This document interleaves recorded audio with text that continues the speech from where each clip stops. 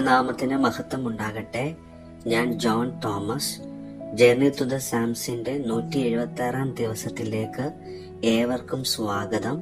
ഇന്ന് നമ്മൾ ചിന്തിക്കുന്ന വേദഭാഗം 99 സങ്കീർത്തനമാണ്. ക്രിസ്തീയ ജീവിതത്തിലെ ഏറ്റവും വലിയ സന്തോഷങ്ങളിൽ ഒന്ന് ഉത്തരം കിട്ടിയ പ്രാർത്ഥനകളാണ്. നമുക്ക് മറ്റുള്ളവരോട് ഇങ്ങനെ പറയുവാൻ കഴിയും, ദൈവം ഇന്ന് എൻ്റെ പ്രാർത്ഥനയ്ക്ക് ഉത്തരമരുളി.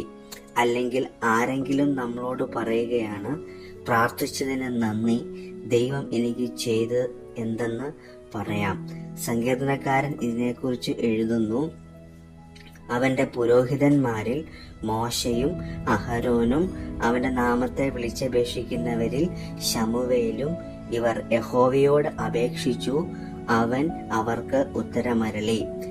തന്റെ തോളിൽ ജനങ്ങളുടെ ഭാരം വഹിക്കേണ്ടി വന്നപ്പോൾ മോശ ദൈവത്തെ അനേകം പ്രാവശ്യം വിളിച്ചു. അഹരോൻ മഹാപുരോഹിതൻ എന്ന നിലയ്ക്ക് ദൈവത്തെ പല പ്രാവശ്യം വിളിച്ചു. ശമൂവേലിന് ദൈവത്തിൽ അനേകം നിരാശകളുണ്ടായിരുന്നു. തന്റെ കുടുംബം ആകേണ്ടതുപോലെ ആയില്ല, ഇസ്രായേലും ആകേണ്ടതുപോലെ ആയില്ല. അതുകൊണ്ട് അവനും ദൈവത്തോട് കരഞ്ഞു. നാം ദൈവത്തെ വിളിച്ചപേക്ഷിച്ചാൽ അവൻ നമുക്ക് ഉത്തരമരുളും. അതെ, മോശയും അഹരോനും ശമൂവേലും ആയിരുന്നതുപോലെ നാം ആയിരുന്നാൽ അവർ ദൈവം ശബ്ദം ശ്രദ്ധിച്ചു. മേഘസ്തംഭത്തിൽ നിന്ന് അവൻ അവരോട് സംസാരിച്ചു.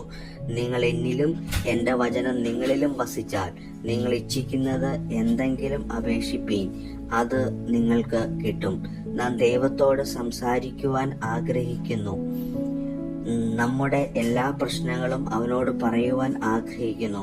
അവൻ നമ്മോട് സംസാരിക്കുവാൻ ആഗ്രഹിക്കുന്നു. അവന്റെ എല്ലാ വാഗ്ദത്തങ്ങളെ കുറിച്ച് പറയുവാൻ ആഗ്രഹിക്കുന്നു. നാം ആദ്യം അവൻ പറയുന്നത് ശ്രദ്ധിക്കണം. അപ്പോൾ നാം പറയുന്നത് അവൻ ശ്രദ്ധിക്കും. 2, അവർ അവനെ അനുസരിച്ചു. അവർ അവന്റെ സാക്ഷ്യങ്ങളും പ്രമാണങ്ങളും സൂക്ഷിച്ചു. പ്രാർത്ഥനയ്ക്ക് ഉത്തരം കിട്ടുവാൻ അനുസരണം എന്നത് വളരെ പ്രധാനപ്പെട്ടതാണ്. നാം ക്രിസ്തുവിൽ വസിക്കുന്നുണ്ടെങ്കിൽ നാം അവന്റെ വാക്കുകളെ അനുസരിക്കും.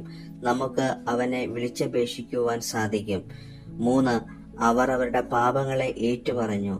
ദൈവം അവരുടെ പാപങ്ങളെ ക്ഷമിച്ചു. അവർ ചെയ്യണമെന്ന് ദൈവം ആഗ്രഹിച്ചതെല്ലാം അവരെ കൊണ്ട് ചെയ്യിച്ചു.